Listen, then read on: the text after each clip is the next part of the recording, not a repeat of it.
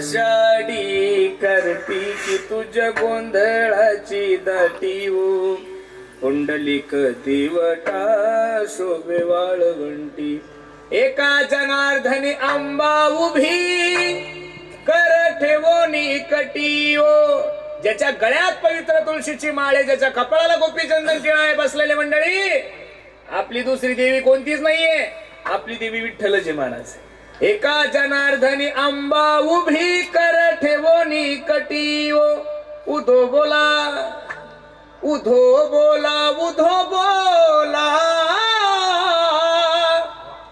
उधो बोला कृष्णाबाई माऊलीचा असे सुंदर असताना आपल्या दुसरीकडे काय जायची गरज आहे अरे घरी काम धेनू काय असताना जर्सी दूध काय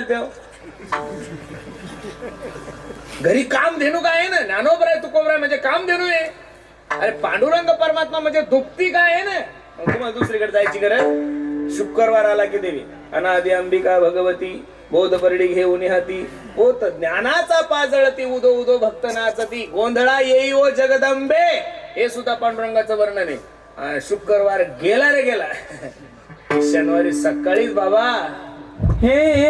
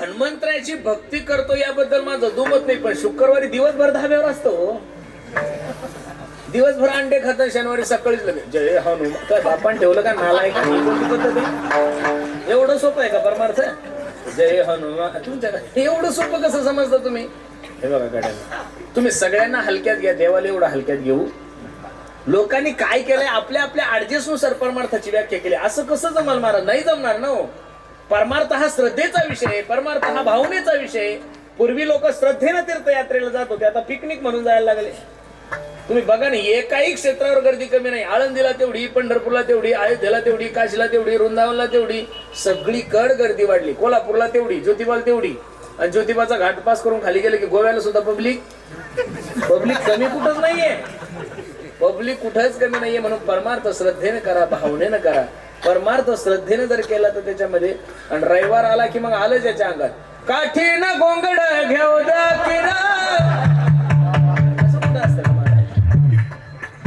अहवा घ्या सोवा घ्या वा वा प्रेम नगरा वारी ए सावध होनी भजनी लागा देव करा मल्हारीची वारी माझ्या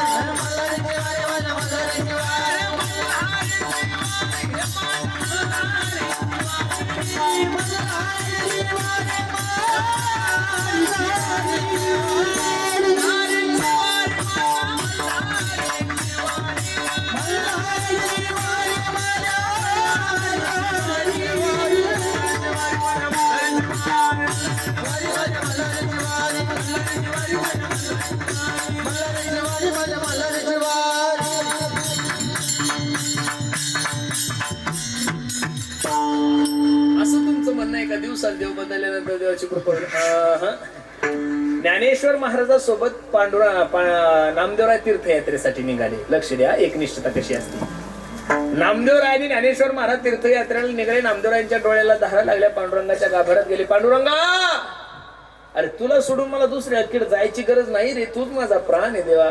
पण आता तुझी इच्छा आहे म्हणून ज्ञानोबा सोबत चाललो. पण ऐक ना, कटेवरी कर नाही ज्या देवाचे, नघे मी तयाचे दर्शन. एवढी एक निष्ठता असली पाहिजे, तेव्हा देवा जगाचा मालक नैवेद्य खातो, तेव्हा जगाचा मालक दूध पितो. म्हणून तुकोबराणी जो शब्द वापरलाय तो खूप सुंदर वापरलाय. सांगतो तुम्हासी भजारे विठ्ठला, सांगतो तुम्हासी भजारे. खंडोबा बी नाही, मसोबा नाही, कोणीच नाही. विठ्ठल आला की खंडोबा आला, विठ्ठल आला की महादेव आला, विठ्ठल आला की दत्तात्रय आले. एक निष्ठता प्रत्येकाची महत्वाची. म्हणून नाही तरी गेला जन्म वाया. ज्याच्यासाठी आलेले आहात ती जर गोष्ट उद्या काही मीटिंग आहे पालकमंत्र्यासोबत,